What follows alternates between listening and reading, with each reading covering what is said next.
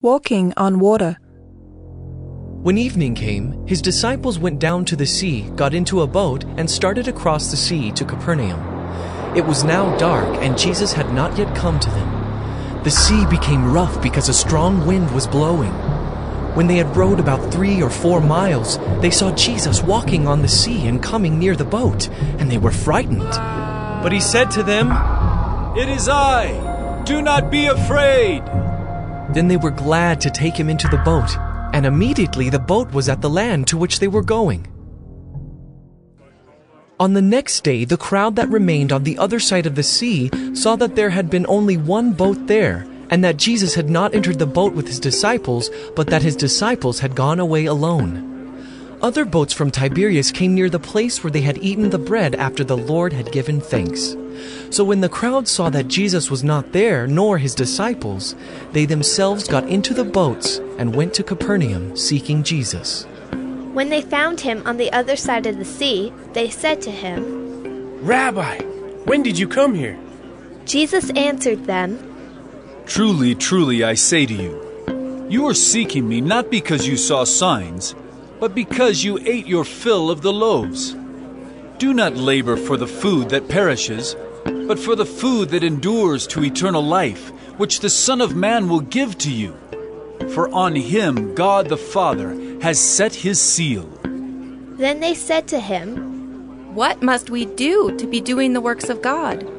Jesus answered them, This is the work of God, that you believe in him whom he has sent. So they said to him, Then what sign do you do that we may see and believe you? What work do you perform?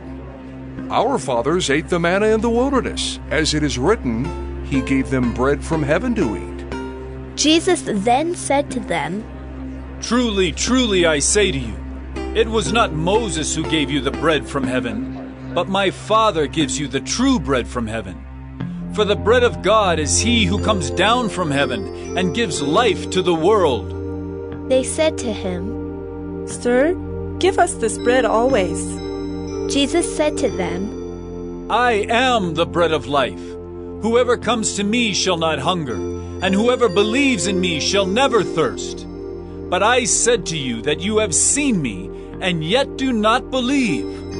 All that the Father gives me will come to me, and whoever comes to me I will never cast out. For I have come down from heaven, not to do my own will, but the will of him who sent me. And this is the will of him who sent me, that I should lose nothing of all that he has given me, but raise it up on the last day. For this is the will of my Father, that everyone who looks on the Son and believes in him should have eternal life, and I will raise him up on the last day. Now when Jesus came into the district of Caesarea Philippi, he asked his disciples, Who do people say that the Son of Man is? And they said, Some say John the Baptist, others say Elijah, And others Jeremiah, or one of the prophets. He said to them, But who do you say that I am? Simon Peter replied, You are the Christ, the Son of the living God.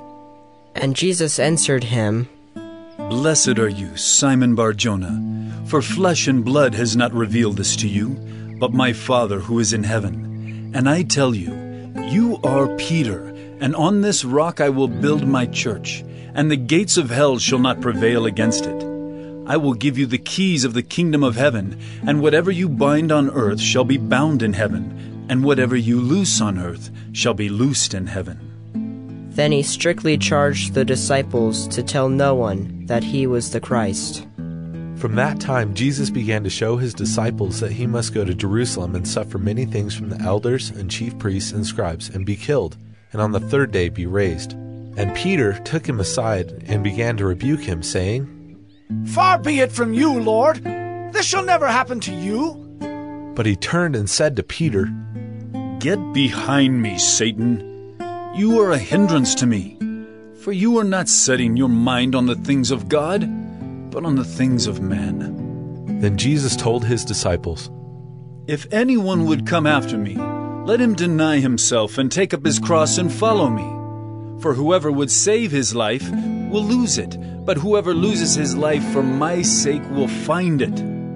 For what will it profit a man if he gains the whole world and forfeits his soul?